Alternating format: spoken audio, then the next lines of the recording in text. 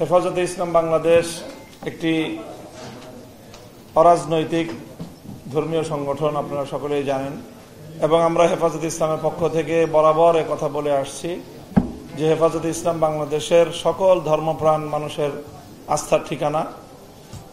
হেফাজতে ইসলাম বাংলাদেশ সরাসরি কখনোই কোনো রাজনৈতিক সিদ্ধান্ত অথবা রাজনীতি তৎপরতার সাথে, বিশেষ করে দলীয় রাজনীতির সাথে হেফাজতের কোনো সাংগঠনিক সংশ্লিষ্টতা নেই।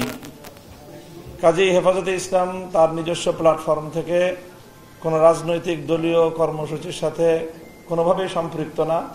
কাজেই সেই হিসাবে নির্বাচনী নিজস্ব কোনো তৎপরতা, কোনো জোট অথবা কোনো অ্যালায়েন্স করা হেফাজতে ইসলাম বাংলাদেশের মৌলিক নীতিমালার পরিপন্থী। কাজেই সেটা করার সুযোগ হেফাজতে ইসলাম বাংলাদেশের পক্ষ থেকে নেই। আমাদের আমিরে হেফাজত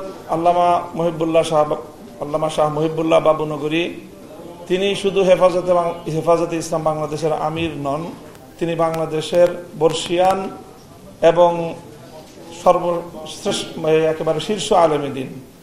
আমরা বাংলাদেশের এখন শীর্ষ আলেম হিসেবে হেফাজতের আমিরকে আমরা জানি। ভোট সহ, শুধু ভোট না, ইসলাম একটি পূর্ণাঙ্গ জীবন ব্যবস্থা। ইসলামের পূর্ণাঙ্গতার জায়গা থেকে একজন ইসলামিক স্কলার এবং আলেমে দ্বীন হিসেবে যে বাংলাদেশের শীর্ষ আলেম, তিনি সকল বিষয়ে অভিমত দেন। কাজেই সেই জায়গা থেকে ভোট এবং নির্বাচন যখন আসবে তখন ধর্মীয় দৃষ্টিকোণ থেকে উনি ওনার মন্তব্য এবং ওনার বক্তব্য, ওনার দিক নির্দেশনা জাতির সামনে তুলে ধরবেন।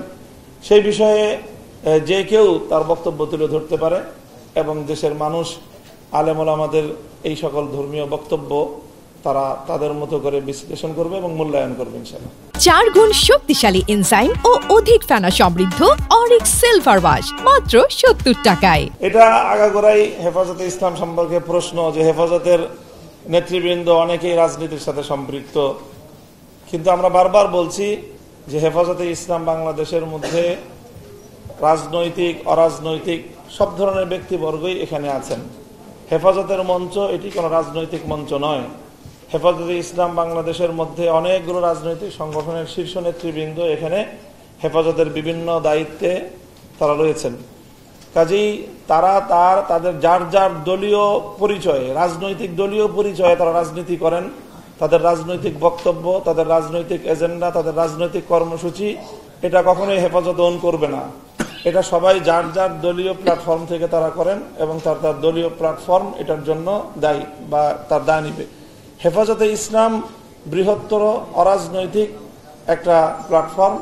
কাজেই হেফাজতে ইসলামের কোন নেতা যদি কোনো রাজনৈতিক তৎপরতার সাথে সম্পৃক্ত হন, সেটি তার দলীয় পরিচয় করেন, হেফাজতের পরিচয় করেন না।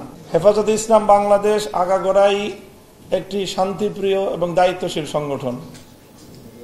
মাজারকে কেন্দ্র করে আমাদের বাংলাদেশে ঐতিহ্যগতভাবে অনেক শরিয়া বিরোধী, অনইসলামিক, দেশ বিরোধী এবং দেশের সামাজিকতা বিরোধী অনেক কার্যকলাপ হয় বলে আমরা জানি।